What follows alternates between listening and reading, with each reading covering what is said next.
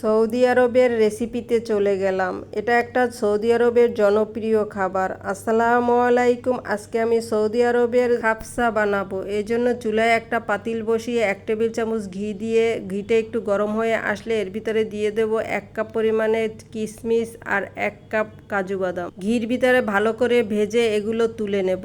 এই পাতিলের ভিতরে এখন পরিমাণ মতো তেল দিয়ে, আধা কাপ পেঁয়াজ কুচি দিয়ে, এর ভিতরে গোটা গরম মশলা দিয়ে নাড়াচাড়া করে একটু নরম হয়ে আসলে দিয়ে দেব 1 টেবিল চামচ রসুন বাটা, 1 টেবিল চামচ আদা বাটা, 3 টেবিল চামচ টক দই দিয়ে এখন মশলাটাকে ভালো করে কষিয়ে নেব।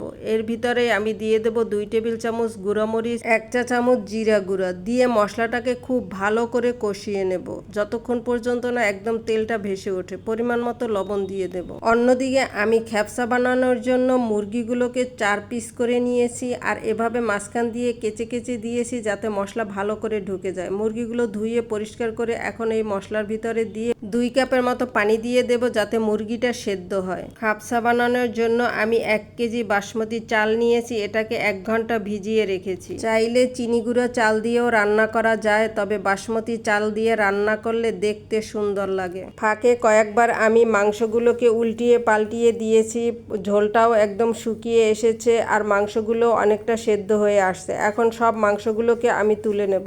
বাকি ঝোলের ভিতরে আমি 1 কেজি চালের জন্য 7 কাপ পানি দিয়ে দেব।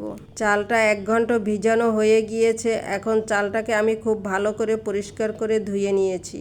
ঝোলটায়ও বলক চলে এসেছে। এখন আমি চালগুলো দিয়ে দেব। একটু নাড়াচাড়া দিয়ে আমি লবণ দিয়ে দেব। লবণটা একটু বুঝে শুনেই দিতে হবে, কেননা মশলার ভিতরেও লবণ আছে, তাই পরিমাণের চেয়ে কম দিতে হবে। পরে আবার চেক করে দেওয়া যাবে। পোলাওটা হতে থাক। অন্যদিকে যে মাংসগুলো তুলে রেখেছিলাম সেগুলো ভাজতে হবে, তাই চুলায় একটা ফ্রাই প্যান বসিয়ে এর ভিতরে 1 টেবিল চামচ ঘি দিয়ে দেব। ঘিটা একটু গরম হয়ে আসলে মাংসগুলো আমি দিয়ে দেব। মাংসগুলো রেগুলার তেল দিয়েও ভাজা যায়, তবে ঘি দিয়ে ভাজলে ফ্লেভারটা খুব সুন্দর আসে। চিকেনগুলো ভাজতে বেশি সময় লাগবে না, শুধু ঘিয়ের ফ্লেভারটা যাতে চিকেনের ভিতর পর্যন্ত ঢুকে আর একটু দাগ দাগ লাগে। তবে আরাবিয়ানরা কিন্তু ঘিয়ের উপরে একটু নাড়াচাড়া করেই উঠিয়ে ফেলে, তাদেরটা একদম দেখতে কাঁচা কাঁচা লাগে। আমি একটু পোড়া পোড়া ভাব করেছি।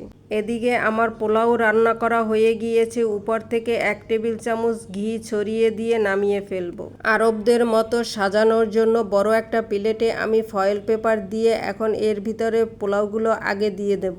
পোলাওগুলো সব দেওয়া হয়ে গেলে ঘিয়ে ভাজা বাদাম আর কিশমিশগুলো উপর থেকে এখন ছড়িয়ে দেব। আরবরা কিন্তু এরকমেরই বড় প্লেটের উপরে সাজিয়ে নিয়ে 5-7 জনে একত্রে খায়। কিশমিশ বাদাম দেওয়া হয়ে গেলে এর উপরে আমি ভেজে রাখা চিকেনগুলো দিয়ে দেব। আরাবিয়ানরা মশলার পরিমাণটাও একটু কমই দেয়, তবে আমি যে চিকেন নিয়েছি আর রাইস সেই অনুযায়ী মশলাটা ঠিকই আছে, তবে তারা অনেক সময় গুঁড়োমরিচ দেয় না, গোলমরিচটা ব্যবহার করে। আমি এখানে গুঁড়োমরিচ দিয়েছি, তাই গোলমরিচটা আর ব্যবহার করিনি।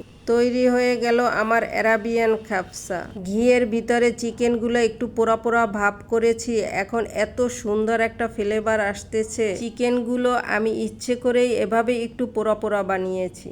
শসা আর কাঁচামরিচ দিয়ে একটু ডেকোরেশন করে নিলাম।